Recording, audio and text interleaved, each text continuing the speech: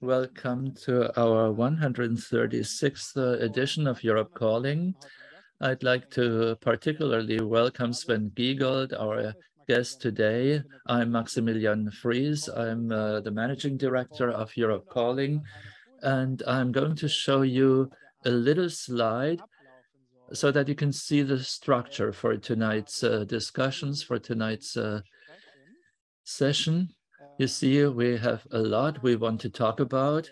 As always, we will start with a short introduction by Sven, and then we have 4 topics for which we have reserved about 20 minutes each.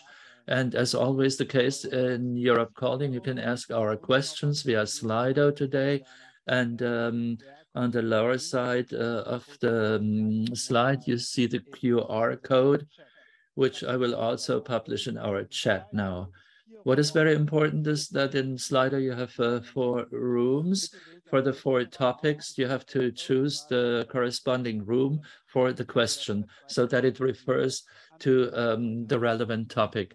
Otherwise, we won't be able to sort it all out with so many participants, over 2,500. And we will also mention the names of those who ask questions, and today's discussions will be recorded. That's all as regards the technological side, and I'll give the floor now to Sven Giegold, who until December last year was a member of the European Parliament for the Greens, and as you know, it was he who is the founding father of Europe Calling, of this format. Now he is, as a public official, state secretary in the Federal Ministry for Economics and Climate Action, but all the rest you will hear from Sven Giegold himself. Thank you very much. Thank you, Max. Your location has become cooler since you left my office, or had to leave my office. And I was wondering for a long time whether I will speak from my home as I used to do it in the past. But I thought, well, if we do Europe Calling, you should get the whole enchilada, the whole show. And you see me now in my official office. That's when I make video calls in my function in the federal government. So the setting is quite different from what it was in the European Parliament or at my home, but it's nice to be back here. And I'm really looking forward to the discussions and the questions you will put to me. And now, after about 1 year in Berlin, that's at least a feeling I have, because I said it's a feeling because for me it started with a coalition negotiations, and I'm taking stock now, wondering what I have achieved, what you can achieve here, and what is not possible to achieve. And I'd like to voice also a disclaimer, because as always, when you're at an institution, you cannot speak that freely as you could as a private person. That counts for every organization. But in the government, I had to learn these rules are even stricter, because whenever I say something, it's the federal government who says something. And that means that at once there will be all the reactions to it. So whenever I say something, I have to pay very much attention to what I say and how I say it. And this limits a little bit frankness and directness in our discussions. But I think that is pretty clear anyway, but I thought I'd say it anyway, because if not, this would be a little bit dishonest, I believe. I have to say, since I'm here, one thing has changed fundamentally. The work is very different from the work in the parliament. We have 2,300 people here in our ministry for the economy and climate action. And then we have the subsequent authorities, which are also huge. The Bundeskartellamt, the Federal Monopolies Office, but also the BAFA, the Federal Office for Economics and Export Control, which deals with your requests if you need financial aid for renovation in old buildings. Here in our house, we have mainly legal experts and economic experts who, for a long time, have been working in the teams in which we are now. And that's something that also exists in a certain way in the parliament, but the whole dimension is very different. And I have to say that many people are working here who are extremely good in their field of expertise, legally, economically, philosophically, who bring very different perspectives to their work. When we arrived here, we said we want to do two things. We don't want to work against the house, but with the house, i.e. we develop political measures always together with those who are the experts in our house. And secondly, we say very consciously that we respect our co-workers in their diversity, because there are many here in this house who came in here because they became a public official, because they can then try to get a job here. Many people have done this, and that's how they arrived here. And they still hail from former governments. And then we also said that in the way we work here, we want to be more open.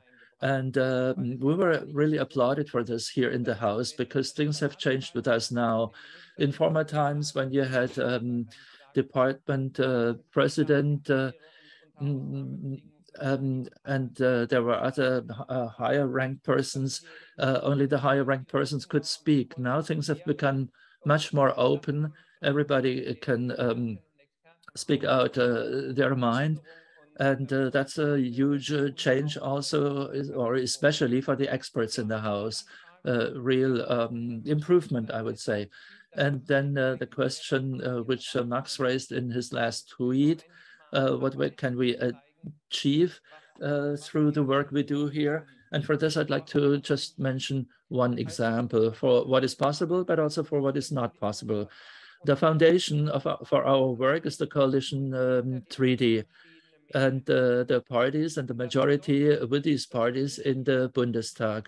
And this means that there are things which, when we were just a member of parliament, we can ask them, but today I know that they're not stipulated in the coalition treaty, and that there is no unanimity among the coalition parties. And that means that it doesn't make much sense to request such things. But then there are other things which are written into the coalition contract or treaty, and for which there is common ground in the three parties. And this means that in here, in the federal government, we can really achieve a lot. As an example, the Green Deal, which we negotiated at the European level, where I was in the lead for the federal, I'm in the lead now for the federal government. We managed that we did not only criticize things, but that in the council, we negotiated a very ambitious package.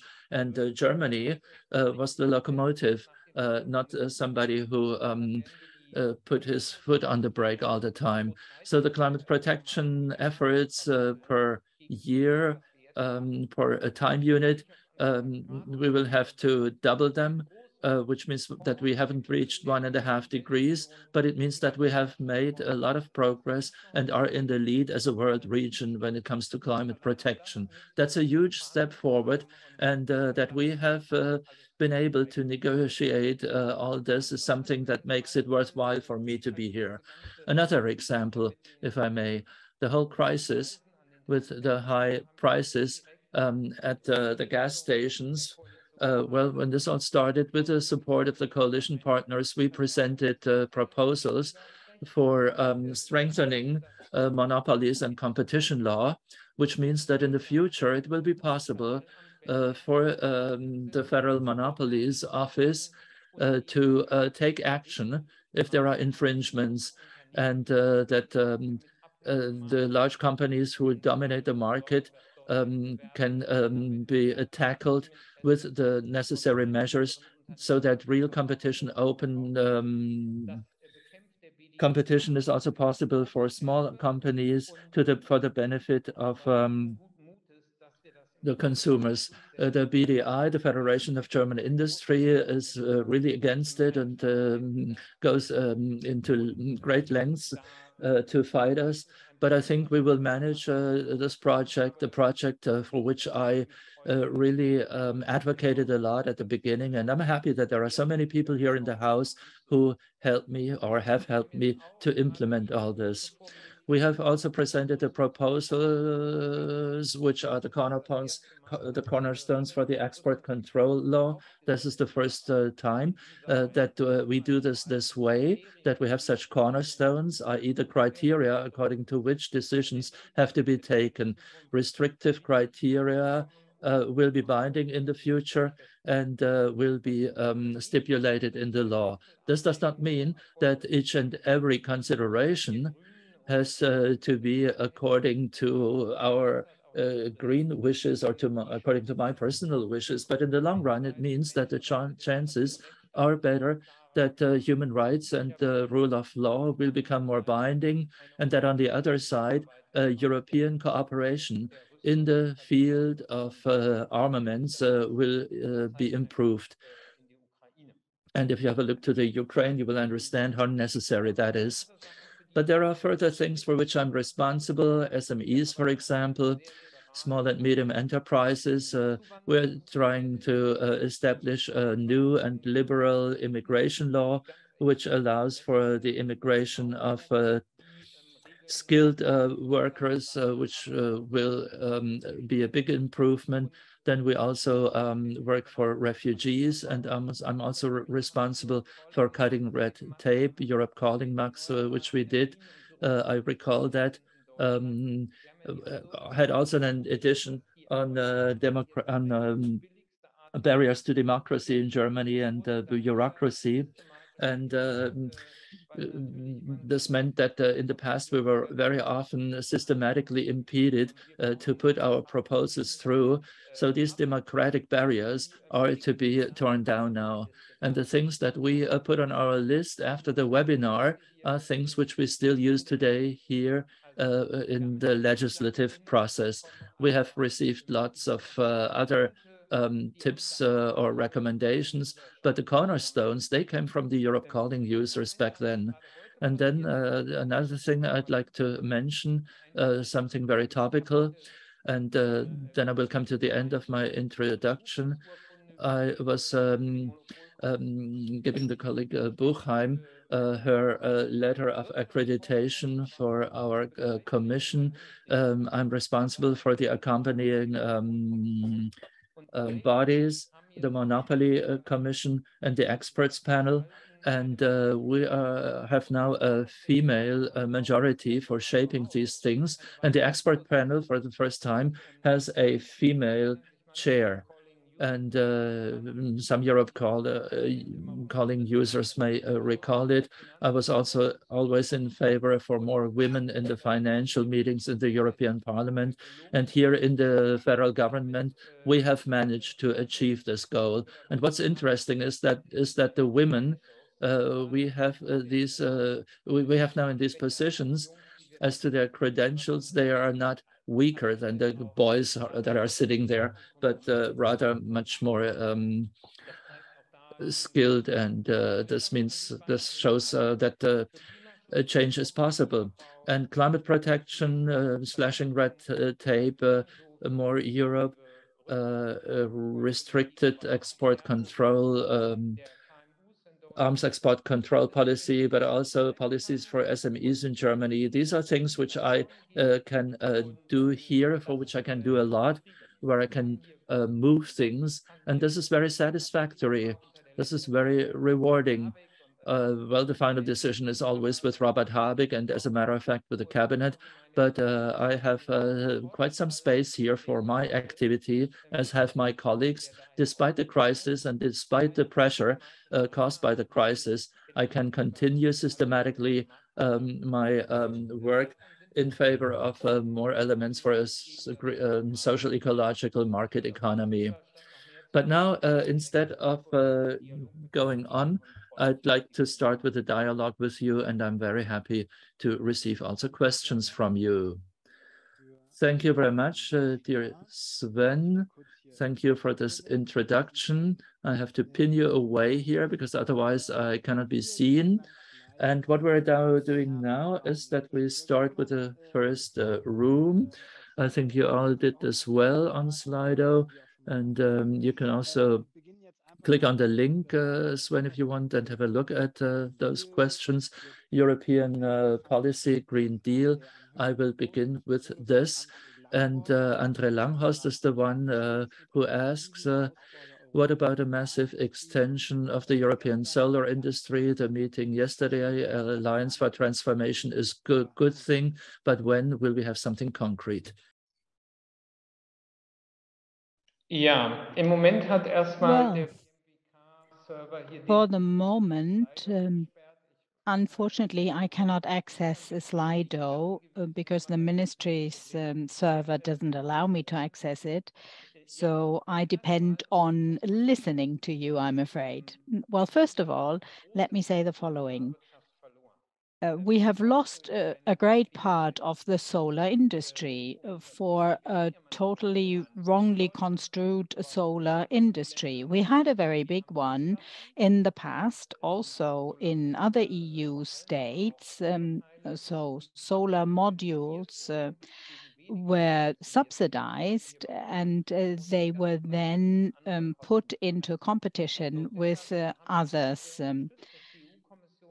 Notwithstanding the cost differences. That is why we supported the EU initiatives for a solar initiative. That's part of the Repower package in order to promote the energy transition in the European Union. So all these are contributions to go further and beyond the initially started energy transition. This starting point or the kickoff for the solar industry came from us. And we suggested that this should be complemented by a platform for transformation technology. We also talk about wind energy, electrolyzers, the grid or cables, everything that we really need for a successful energy transition. Because we must make sure that we can produce them successfully and in an innovative fashion. We are faced, however, with a great challenge because the United States of America have agreed very far-reaching initiatives and a huge support for their own industry. 800 billion will be invested into those transformative technologies. China is far ahead, and we have very open markets for the moment. And the big danger is that the investment will again not be directed at Europe. So we must make sure that we get fair competition here in Europe. And it is to be taken very, very seriously in good terms and in bad terms. But what is clear is that if we speed up the energy transition with a Green Deal, then also the European industry will benefit. Thank you very much. In this area, we only have a very few questions from Alexander Rockel. That is something on the power supply. And my question is, would you like to take it here, or would you rather like to take that question under medium-sized enterprises? Well, I think we'll be going a little too far if we enter into the technology aspect of energy supplies. I should not go into that too much because that's the prerogative of other colleagues, I'm afraid. Okay, well, let's put it a little bit to the side, but there's another question from Ivan from Goods for Future, and he asks the IPCC budget for 1.5% centigrade, will that be sufficient, and are we online, or is the ministry online to reach that objective? Well, I think that the debate on the budget is very well known. However, it must be clear that we all have climate objectives, and they have been laid down in the coalition agreement, and that is the basis for our policy. And that is the way we really work. We do not look at the budget, we look at the climate objectives, and they have been strengthened after the judgment of the Constitutional Court, and that is the basis for our climate policy, which must be fit for purpose. There's no myth about the fact that this will apply to all sectors, and no sector can be excluded. I think that's the honest reply. Thanks very much. Then I think we have another exciting question from Moritz Röller. There's a lot of talk of the expansion of renewable energies. What can be done on the supply side, experts, resources, and that whole area? Well, the ministry certainly follows its own resources strategy with many pillars. We also took up a French-German initiative in the EU political debate. Germany depends very much for critical resources on China and on Russia, and that is highly unhealthy and brings us into a very dangerous dependency. But we should not follow a policy saying we want all the raw materials, no matter where they come from. We do want to promote sustainability standards in the generation of raw materials. So it is important to move ahead with the circular economy, because as long as we can recycle raw materials from the circular economy, the better it is for the globe, basically. The other thing is the talk about the experts. Very often we find ourselves reading studies with upgrading buildings, for example, making them climate sound, so to speak, but we do not have the workforce to actually perform all these jobs. And in a situation of transformation of our economy and the market, generally speaking, we see that the crisis will hardly have any effect on the labor market. We do not have the people, we don't have the workforce to really roll out such huge programs. So it is important to come up with such programs that need very little resources. Rather than building individual houses for private households, for example, we should build a series of houses, go into a more mass building, basically. But it would also mean that not every young person leaving school enters university. Perhaps they should be diverted into the trades rather to make sure that we get well-educated tradesmen and tradeswomen to take on all these new jobs. And we will certainly have to come up with an awareness-raising campaign in order to promote different professional choices, jobs choices, and educational choices. Thanks very much. I would like to direct myself to everyone who would like to raise questions on the power use of tenants, for example, and other areas. Don't be surprised if I don't call up these questions right away. We'll take that up under item number 3. Nadine M. Has put a question to us. War and crisis profiteers should be paying. Why shouldn't armament companies and enterprises pay a subprime or subtax on profits, on windfall profits? Well, first of all, we don't have such an excessive taxation model in Germany.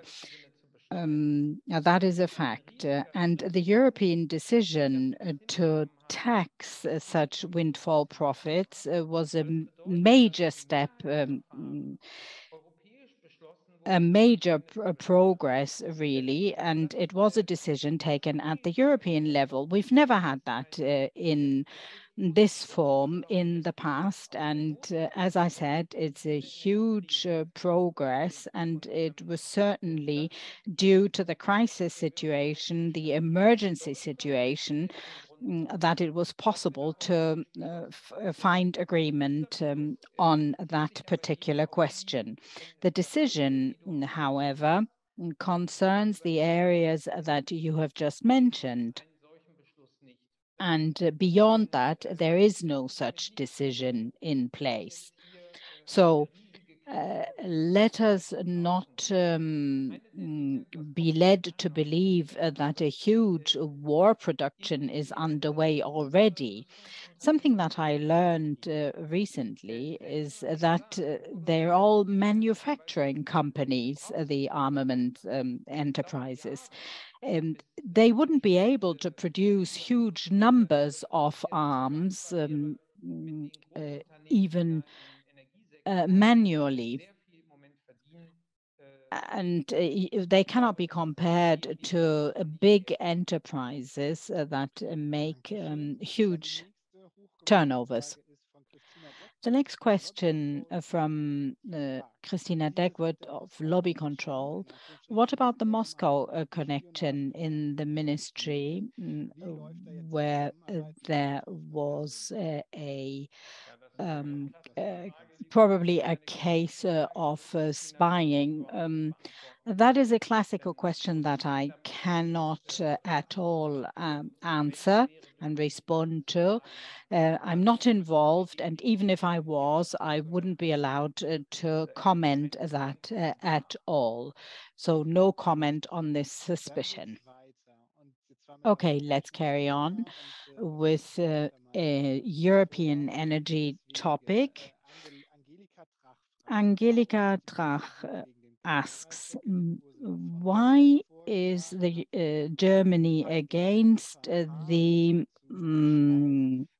gas price ceiling, which Ursula von der Leyen suggested? And what about the exchange with France on the whole question? Well, let me put it this way. I've had many talks with our French colleagues on energy policy questions, and there are some areas where we coincide and others where we don't. So the running gag is don't ever mention anything that starts with nuke, because the energy mix is a prerogative of the individual member states. of course, the European Union can determine how big the share of renewables should be in the energy mix, but it cannot determine whether a country opts for nuclear power generation or not. And France and Germany are very much opposed in the assessment of a nuclear power. Germany, with the exception of the AfD, wants to quit nuclear power totally. The German political parties, that is, and in a rather short-term perspective. And that is a very clear positioning of the federal government. But the dissent with France is very clear. France strongly believes in expanding nuclear power generation, and we think it's a waste of money. And let's not even start considering any ecological aspects. This means in the final analysis that France has no very strong interest in a strongly interconnected energy network because they fear for their own energy supplies. On the Iberian Peninsula, it is not very costly to produce power. And whether you can compete with that with nuclear power remains to be seen. Which makes it difficult to have that debate on the European level. France also wants renewables, and they are in solidarity, united with us, and we deliver vice versa electricity and gas, but it is difficult to come together in this area. Other political areas are much more consensus-based with France. The other question was, why are we against the gas price ceiling? Well, if I cap the price, the following happens. Consumption may increase, and then at the same time, you'll have to limit demand with other administrative measures. So to create a ceiling like that would mean that it might be rationalized. And then the state needs to decide who will be delivered the gas and who won't. And that is a world we do not want. In the whole area, and that is not only Germany, it's also going beyond the borders of our country. We don't want to decide who will be supplied with gas and who won't. So it is much better to reduce consumption at a European level so that we can escape from the high pricing. Definitely, the prices will have to be lowered because it ruins Europe and also Germany socially and economically. But whether it is the most intelligent option to introduce a ceiling is questionable. There's also the idea that's being discussed to purchase gas as the European Union. But that was sort of ill-fated a debate to begin with, but the Commission has offered it. I would like to take up the last question, a question in English, and you're welcome to put your questions in English. Marco Livier from negotiations on the Corporate Sustainability Due Diligence Directive in the Council. Why is Germany not more supportive on key issues? Well, I keep following this, but not directly. So it's in the main responsibility of my colleague Udo Philipp. However, in the German government, we have ensured that Germany is comparably progressive on this matter. And of course, inside of the government, it was not easy to agree with each other on our common position. And the normal thing in the German government is, quite unlikely most EU member states, that quite unlike other EU member states and most EU member states, we always have to agree with each other. So when we take a position in Brussels, the different parts of the government have to coordinate. And the big risk is always the so-called German vote. So which means Germany has no position because it can't agree. But this means on the other side, we have to make compromises. And on some key issues, the German position is comparably progressive. And the EU supply chain legislation goes further than the German law, which we already have. And German Greens have pushed a lot for this. We have also ensured the support to the basic lines of the Commission proposal. And this is what we are doing, including the issue of civil liability. So therefore, I would not agree that our position is comparably regressive. On the other side, it's a compromise. It's not from the green textbook alone.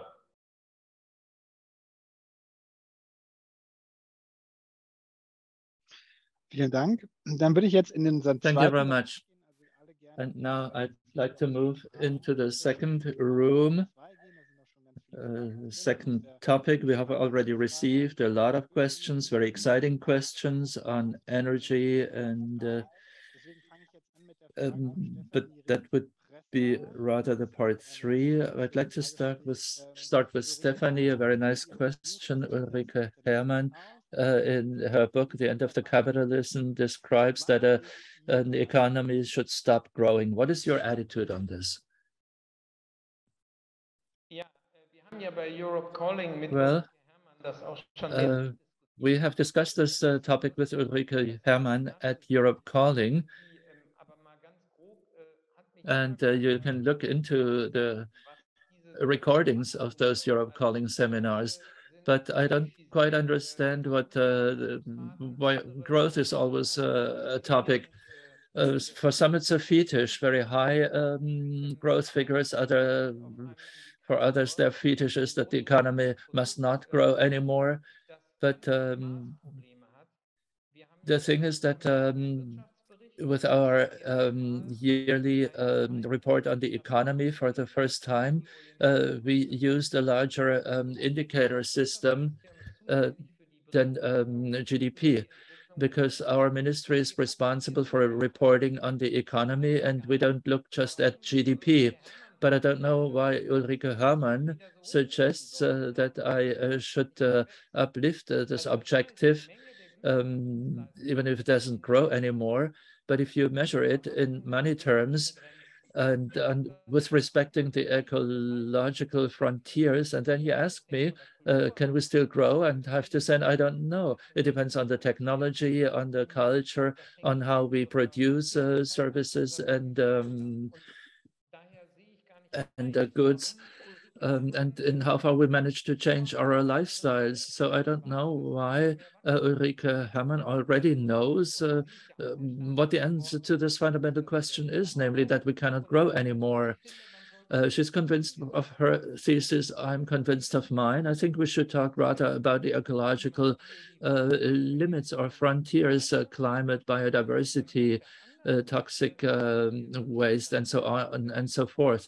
And how much growth is then possible within these frontiers depends a lot of our innovative force in the economy and in the social field. And we should then impose things according to the planetary frontiers, not just look at the GDP. But what I also believe is that our needs cannot grow exponentially on a limited planet that cannot grow. So the limits for growth are important, But if we just look at the GDP, then the debate is not very sensible, I would say. And this links well over to Peter Dennebaum's question and others who put several similar questions to us. Peter asks, this process with the solidarity economy, when will it start? And how exactly will look that process?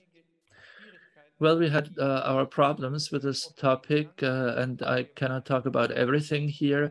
We will introduce a funding program which is not public yet because of the problems which have to do with technical problems, administrative questions, not political questions.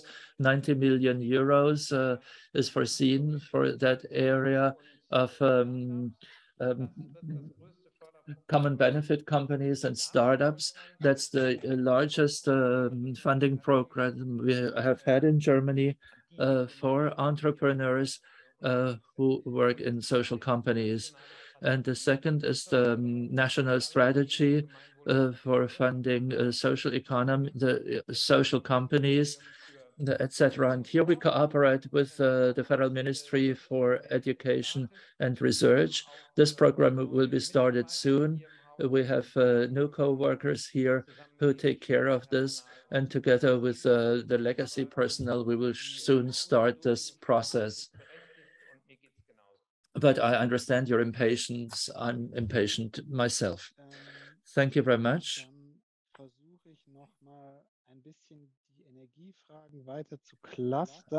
I'd like to find a cluster here and postpone a little bit questions related to the energy. I'd rather focus on the economy here. In the press. We heard that Spain and energy will leave the energy charter. And the question is here, when will Germany leave it, and what's the state of affairs as to other countries? Well, this is not mainly in my field of competence, but we have this compromise in the traffic light coalition, according to which the new orientation of the German trade policy is foreseen with new trade agreements, but only if in certain central parts they are changed.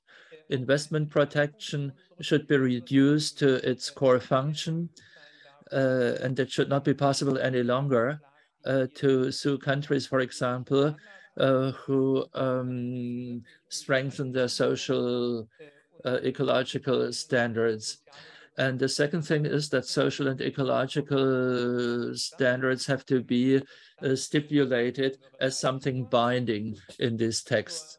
This is our guiding principle. And in this traffic light paper, when it comes to trade policy, we also have a hint to the energy charter. And if you read it carefully, you see that there are different opinions in the federal government. But I note with interest how many countries want to leave the charter now, not only Spain and the Netherlands.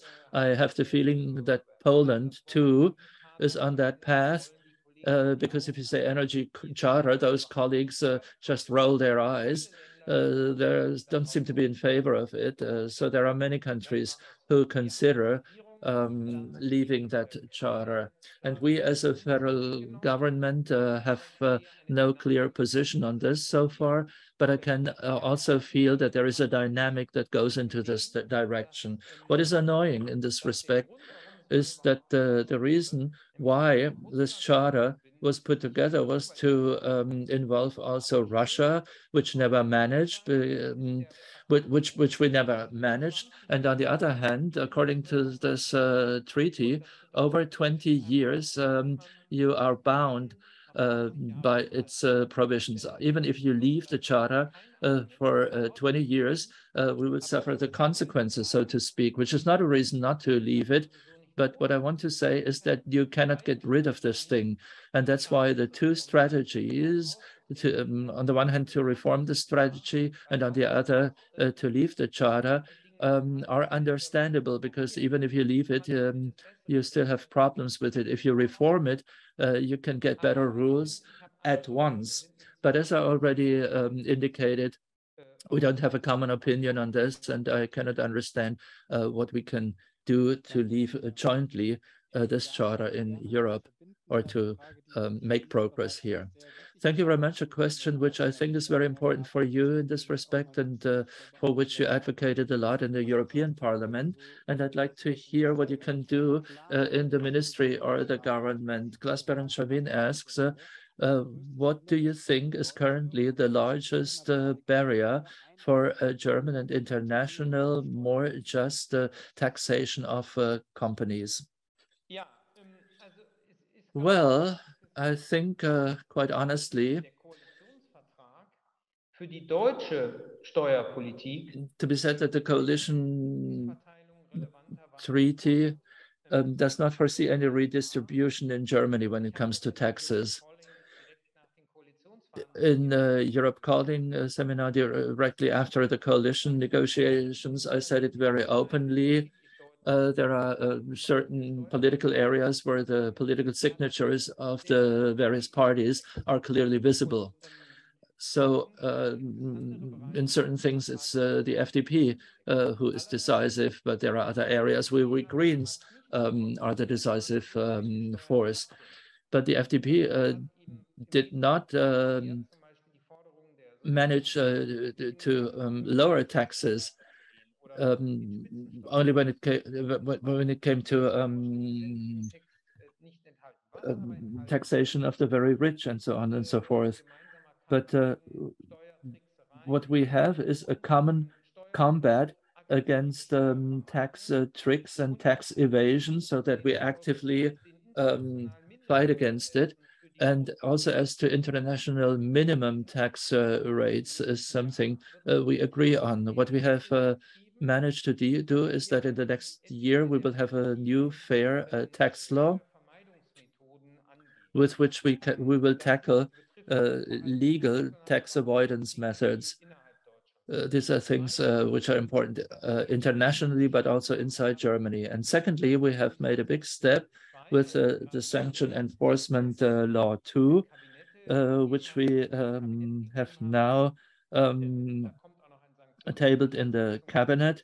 And we will then have a third such enforcement law, and the Federal Ministry of Finances will propose a law to fight money laundering, because in Germany there are very absurd self-regulation provisions in Germany in this field. So we are going to tackle that. And the Federal Ministry of Finances, or for Finances, is doing this high speed. We cooperate with them logically. And then there is another area which is rather big. The former federal government, among others, Olaf Scholz himself, had reached minimum taxes for large companies. And this minimum tax rate, even if it is low, is not yet law in Germany, because Hungary blocked unanimity in the council. Probably because they are annoyed because certain European funding is not reaching Hungary because of their rule of the law problems. We had also interesting discussions with our French colleagues, and it is clear if Hungary does not stop this blocking attitude, then most EU countries, or all EU countries, will introduce such a minimum tax in an EU coordinated way. So Hungary will not be able to block everything any longer.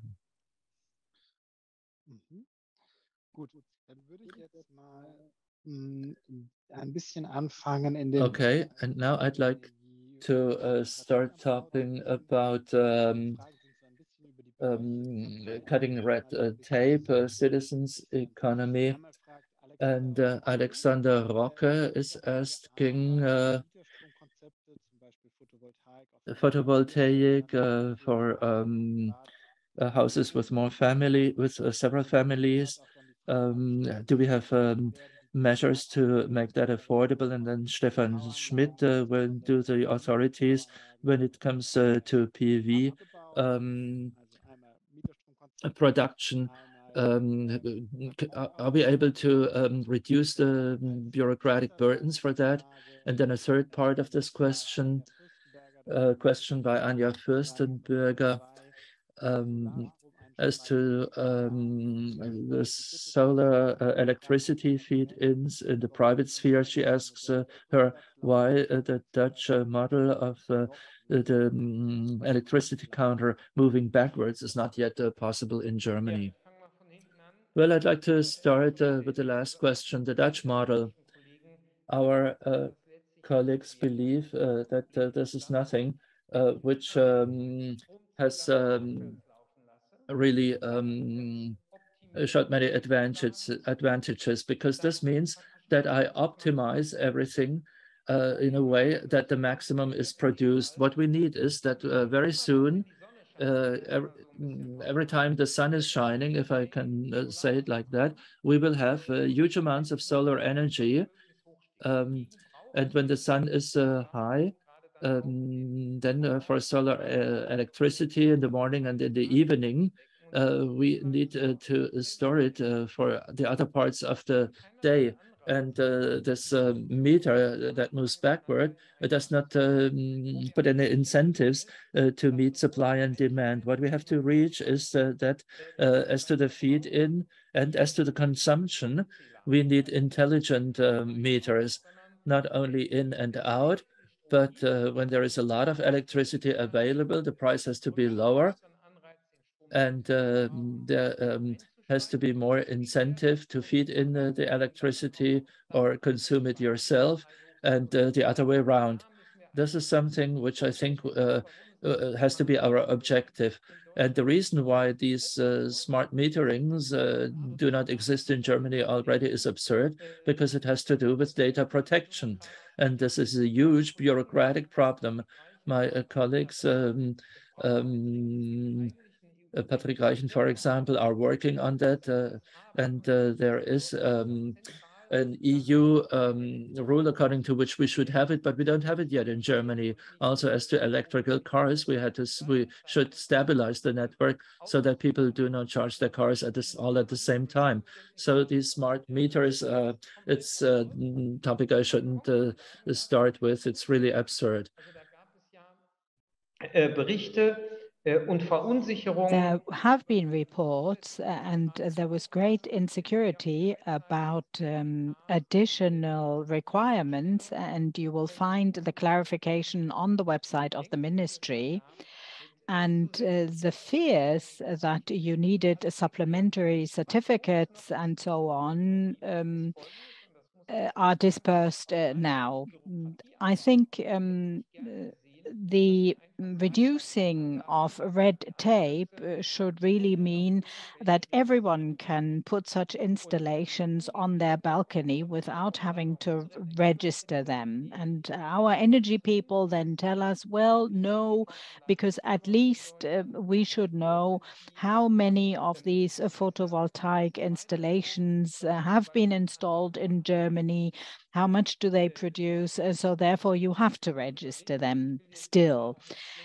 Obviously, that is something that can be discussed. It is an open debate, and I can understand both sides for the time being, but all the restrictions for these balcony installations have been clarified. With regards to these installations on the balconies, we have really made huge progress. And you will probably be surprised to hear that it was the finance ministry that was hugely progressive in this area. The fact that things have been facilitated, have been eased, that you can really install them and don't need to do a tax return, that was really a smart move.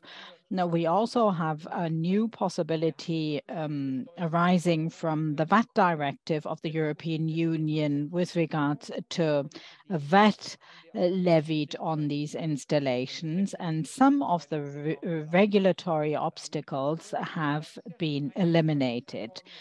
We have also improved something in the area of the tenants' power supply with the so-called Easter package. But all my colleagues in the energy department are working on it. And strictly speaking, we need to lower bureaucracy in the entire area of the energy transition. If you have a good idea and a manageable idea, then please let me know. It is hard work to really lower red tape, because for every single rule in place, there are defenders of that rule. But we have achieved quite a bit already. Thanks very much. Then we're still talking about the tenant. Did you say something about the tenant's power supply? Well, we have a package. We had the Easter package, remember, and some further improvements will be made in the technical area. But that really goes far beyond our talk tonight. There are many, many questions on this. We will simply collect them and we will do that as we did last time and pass them on, because if we delve much deeper into that area, I think we'll get a little lost in detail. So please bear with us. We will collect all your questions. Do load them up on Slido and we'll pass them on to Sven. It worked very well last time around, and we'll simply transmit that. It is 9 o'clock already. We would like to continue for another half hour and talk about the policy on SMEs and lowering red tape. Let's perhaps move away from the energy questions. Jutta H raises a question. What are the plans for further education, reskilling in the area of trades, for example? Perhaps you can add on that. And there's another question which I find very important personally from Michael Stamberger. When can and how can BAFA actually absorb the massive influx of work, because the energy experts have been waiting for half a year for the replies. Let me start with BAFA. The colleagues in BAFA really do have a problem. There are so many programs running, starting with the pandemic, which did not really concern BAFA directly. Can you explain again for our English listeners what BAFA is?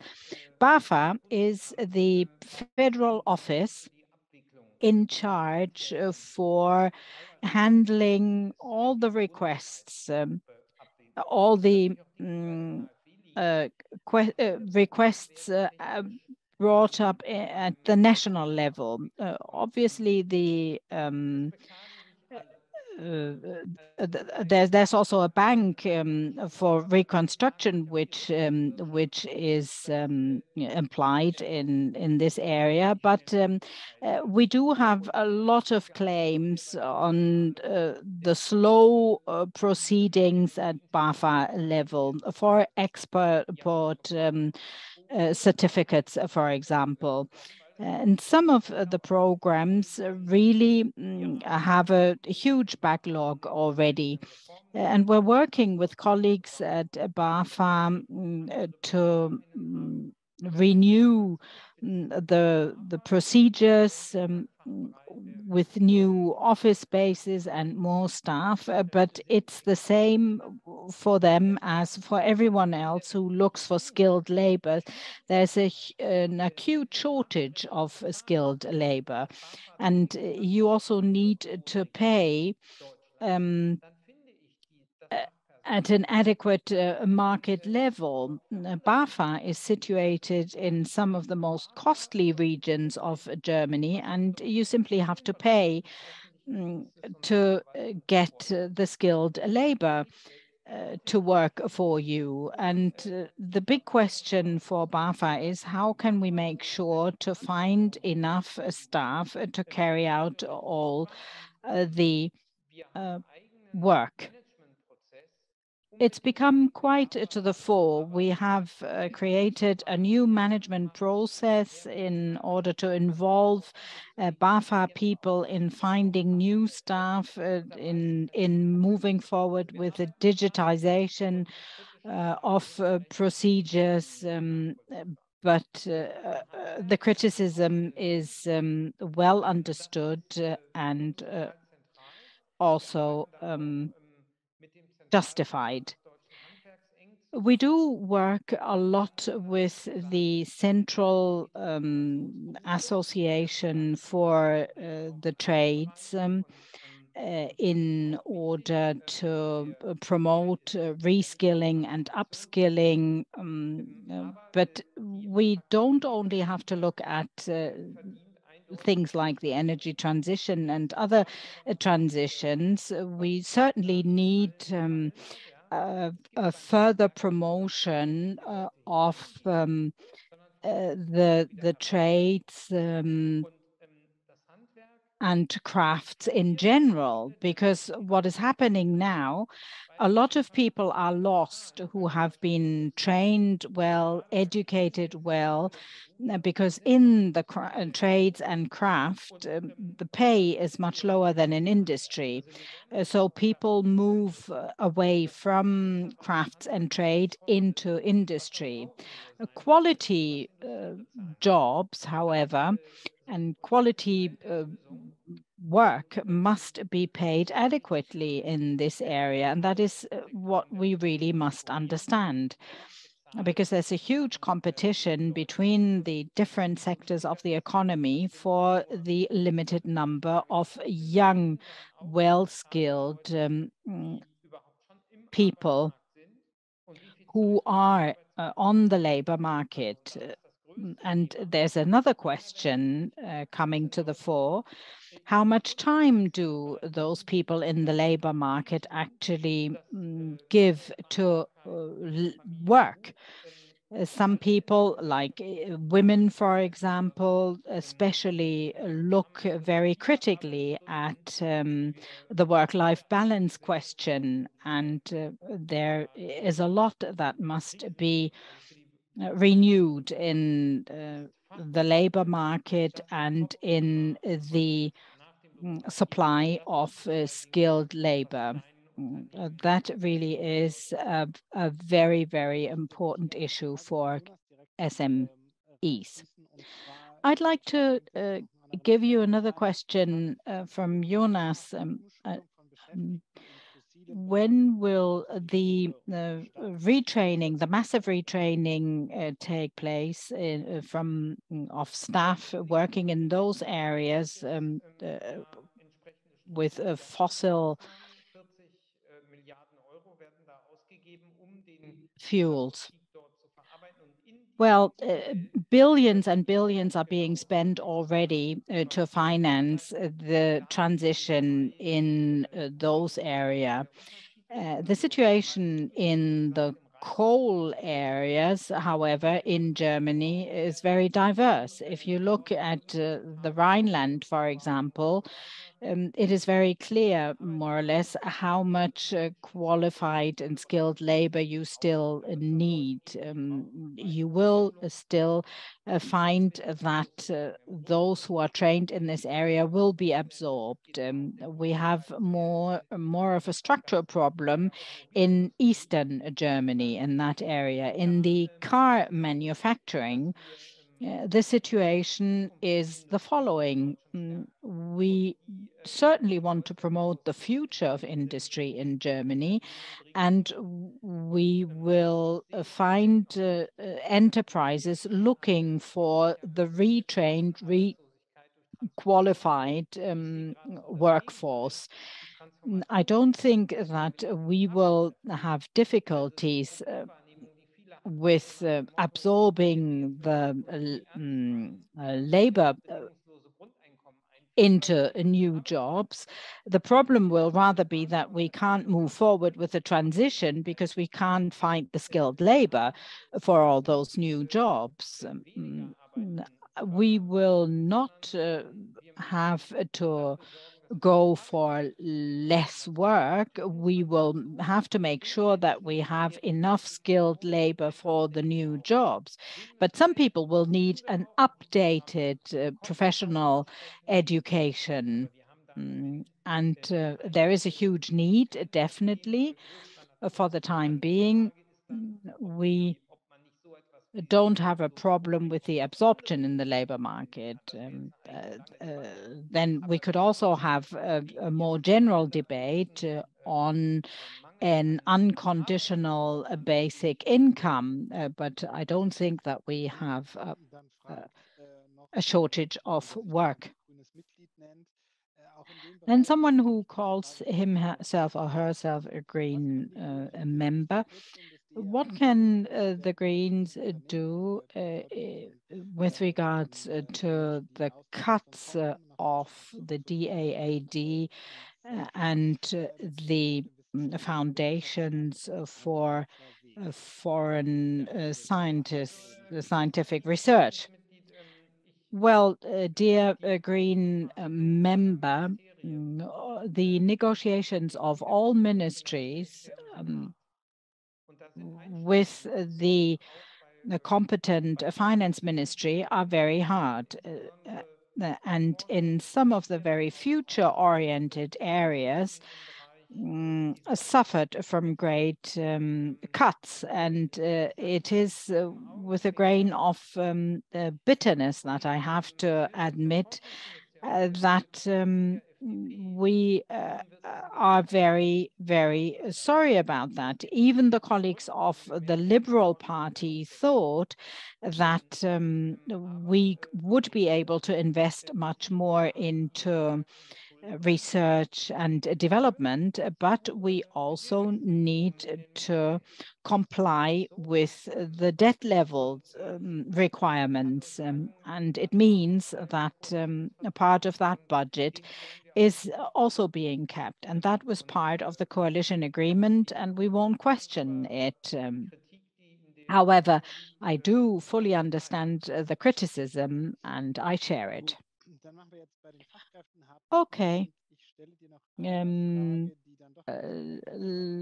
We will stop discussing the skilled labor, and I will come back to the energy question. Reinhard Wick raises the question, how come that installed that whatever has been installed to generate a power is not being connected to the grid?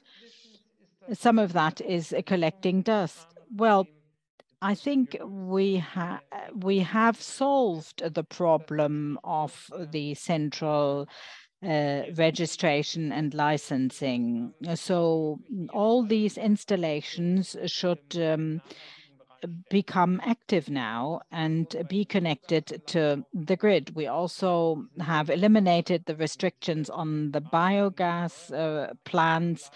We had dormant renewable generations plants, and that really was quite crazy. But with the new package that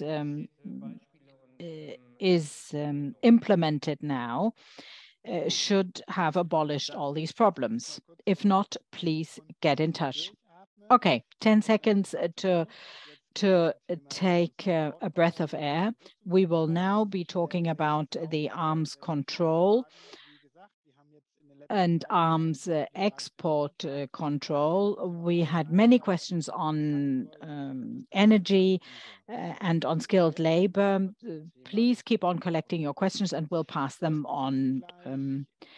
So we will start with the question on Saudi Arabia, which you probably expected. Why does Germany supply Saudi Arabia with arms, and when will that end? Well, first of all, let me come back to what I said at the outset. Let me make it very transparent what my role is. I took on this job because the Ministry for Economic Affairs is also responsible for armament export control. Some of the smaller things are authorized by BAFA, and the things that are more relevant and bigger will land on my desk, but the really huge deals will be decided by the Federal Council, and the Federal Parliament is informed in due course. And those deals that find no conclusion or a decision are simply shelved. Morally speaking, I have to say that this is the most difficult part of my job, certainly. But on the one hand, if on the basis of the applicable law, you have to grant export certificates, and on the other hand, you are morally completely opposed, then you take respite in the legal base. Now that is the preliminary. Ich war nicht in der Sitzung, die das beschlossen hat, weil ich bin eben kein Mitglied des I was not in the meeting which adopted this because I'm not a member of the Security Council. But what I know about this affair is that everything is top secret and I cannot talk about it. Therefore, I can only say things which are already, after questions in the parliament and other information, have become public. And the fact is that Germany in the past, as to certain munitions, began international community projects. There are quite a lot of them. And those foot on individual contracts. And these contracts, which are discussed currently, are old. And in these treaties, there is no possibility to interrupt the deliveries from our country. If you did it, in theory, you would break the law, if I may call it like that. What the sanctions would be is another question, but it's quite a high hurdle, one has to say. And direct deliveries of armament goods from Germany, from Saudi between Germany and Saudi Arabia do not exist. They're always in connection with such community goods. And that's why it's so important that for these European community projects, we have clear and joint rules for the export controls. And for this, we need a common legal framework. And what I found as things from the past, things which still bind us today, all this leads to results which I heard a lot of criticism of, which I can understand, especially because the conflict in Yemen, this war in Yemen, is one of those who have received not a lot of attention, but it's one of the biggest humanitarian catastrophe of our epoch. That's all I can say on this. We have to do all we can to stop the conflict in Yemen. The armistice is not continued by the Houthis, so it's not Saudi Arabia who's at fault here, but this contradicts nevertheless the German rules to export weapons into such a conflict.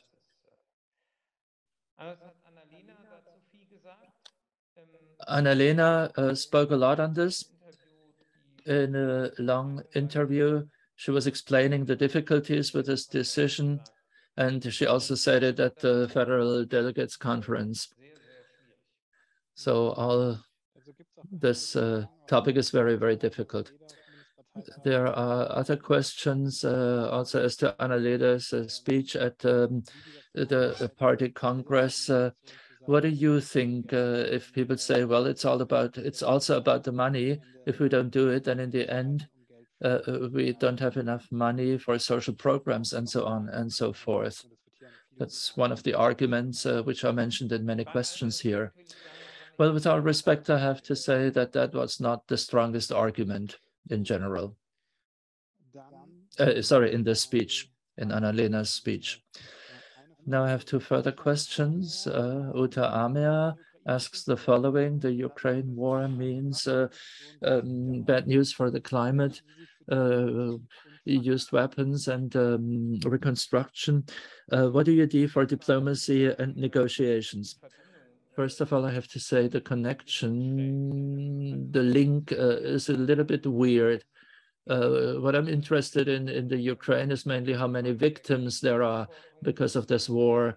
And the responsibility of this war has been determined clearly by the UN. There is an aggressor which infringed borders with military means, despite the fact that this country itself was one of the protective powers, which were the basis for Ukraine giving away their own nuclear weapons.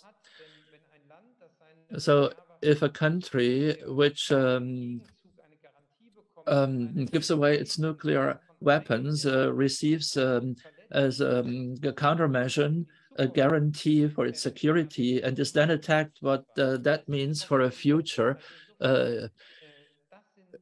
the prospect of a world without weapons of mass destruction, that is pretty clear, I think. But so what I'm interested in is the victims, and that the territorial gains are sought to be achieved with military means. Those are the topics I'm interested in this respect. And as to the climate protection, well, you cannot have a milder position because you want to protect the climate. And as a matter of fact, quite naturally, we always try to be active diplomatically. We've done it, Germany, the European partners, they are in talks with Ukraine, but also, and even if it is difficult, with Putin. But this doesn't change the fact that the Ukraine has a right to self-defense and has to decide itself how they want to use this right to self-defense, and they deserve our support.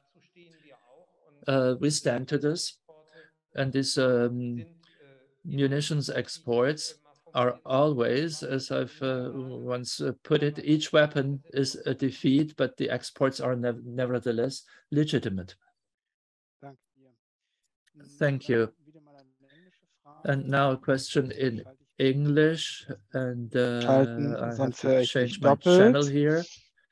Adrian asks, from your perspective, what are the most powerful measures in your current politics towards global peace?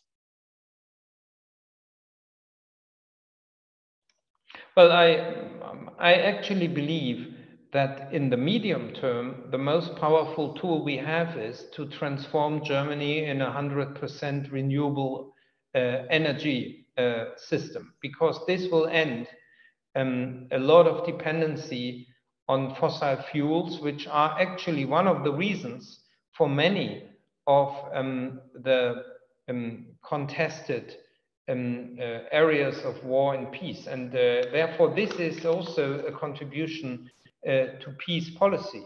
Second, I would say that investment in civil conflict resolution is absolutely crucial. So Germany will put more money into this, and Europe should do as well. So conflict resolution with civil means before actually shooting starts is the most important thing. And I can only deplore that until today, it's always when you talk about security, we talk about military. We talk too little about the civil means. It's true that the German army is not in an acceptable state, and therefore we have also supported to actually fill these gaps. But at the same time, we are investing heavily in the civil side, which you see by the choice of having the foreign ministry in the hand of a green minister.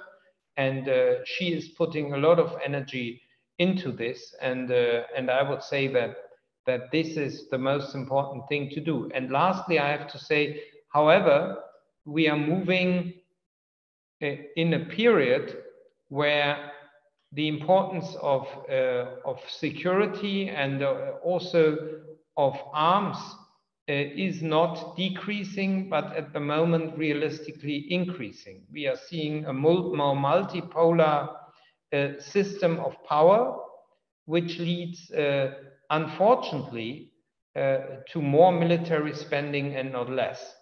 And Europe is well advised to also keep its own and develop its own military capacities and increase European cooperation, also in order to make the costs of all this somehow acceptable.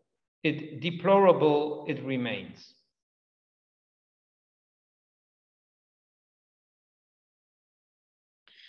Danke dir. Dazu vielleicht noch. Thank you very much. Hartwig Hummel has a question that received many votes, and how far will you take over Hermes guarantees for arms exports? I have to say, I don't know the figures on this. For this, I'm not responsible technically, because there is a clear separation, which I find very helpful. The support of the arms industry when it comes to industrial developments is in the competence of another department as arms export controls, which are according to current law and is not mixed up with some sort of economic funding programs. But the question is interesting. I will ask the question to the people who are in the know and will then send you the answer. Thank you. Wonderful. That's very good. We have about 4 to 5 minutes, and I will ask you 2 questions and then give you the floor for the conclusions. Firstly, Dieter Steinfurt asks, which role do you have in the cooperation when it comes to Iran? And then Nina from Lobby Control says that your ministry often doesn't react to questions. If you have the possibility to see why that is so, that would make Lina from Lobby Control very happy. But first, Iran. We're not selling any weapons to Iran. We stick to the sanctions regimes, and that's all I'm responsible for. All the rest, I have to say here too, economic cooperation and so on and so forth. Well, we don't have a trade boycott. So these other things are done at other places in the government. And Nina, your questions by EFG, when you ask questions, and think that for legal reasons we should answer them positively, then tell me. It's not my field of competence. That's another state secretary who's responsible here. But you can put the questions to me or send them to me.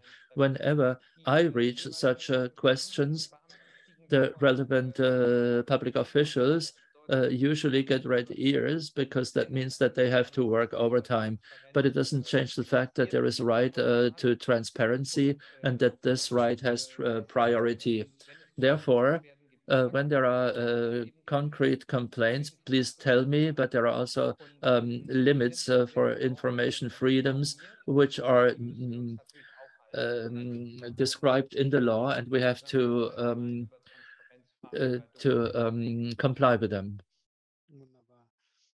Excellent. Thank you very much. And now I'd like to give you the word for a final conclusion. But before, I'd like to put a question from Nadine to you, which is not only important for arms export controls, but is interesting in general. She's talking about Saudi Arabia, but I'd say in a general question we can ask, in how far do we more stricter laws or a better enforcement of laws as to arms exports and so on and so forth. You work a lot on laws, but what about the enforcement and the compliance with existing laws? Well, first of all, yes, our logic is everywhere that Europe makes a law, Germany adopts a law, but the implementation then is a matter for the local communities and the federal countries in Germany. The federal government does not monitor most laws itself. That is also true for environment policy, also for money laundering. The practical supervision or surveillance is extremely decentralized so far. And this means that indeed, for most laws we adopt, we don't have at the same time the competence for the monitoring of these laws. And this is just a thing of federalism, is a consequence of federalism, and perhaps also a disadvantage. But it has also many, many advantages if you're not that centralistically structured. As to arms exports, there are a lot of negative examples. What was discussed in the public were the weapons exported by Heckler & Koch to Mexico, which were then used there to kill those students. You remember a whole group of students was adopted, and many, many of them were killed. And as a reaction to that, much stricter rules were also introduced to the post-shipment area, which means that nowadays we still control, after we have sold the weapons, whether they are still used for which they were intended. And we also think that we introduced a whistleblower system when there are hints that the right had not been respected after arms exports, or that in weapons built in Germany are in the wrong hands now. This is also a technical problem as to arms exports. It's something we are tackling now, and the former federal government has already done something with this post-shipment control, and we want to make it stricter by implementing the new arms export control law. But we need legislative processes for this, and I can only say that's also true for all the things we do here in the government. You can only move things as long as in the civil society, in the progress economy, and in the media, and in the trade unions, you have support for what you want to achieve. Otherwise, you cannot achieve it. For example, stricter monopolies law or export control laws, they can only be carried out, these projects, if they are supported. And many of the things we implement here now are a consequence of the large climate protection movement. And this pressure is really, really necessary, because there are always particular interests who do not want those changes. And that means that this will continue to be my basic conviction, that in the institutions, but with partners in the society, we can achieve something. We can make a difference, but this doesn't mean that the civil society should just applaud to what we do. No, we need an accompaniment, but we need not only people who call stop, but also support when we try to fight against powerful opponents.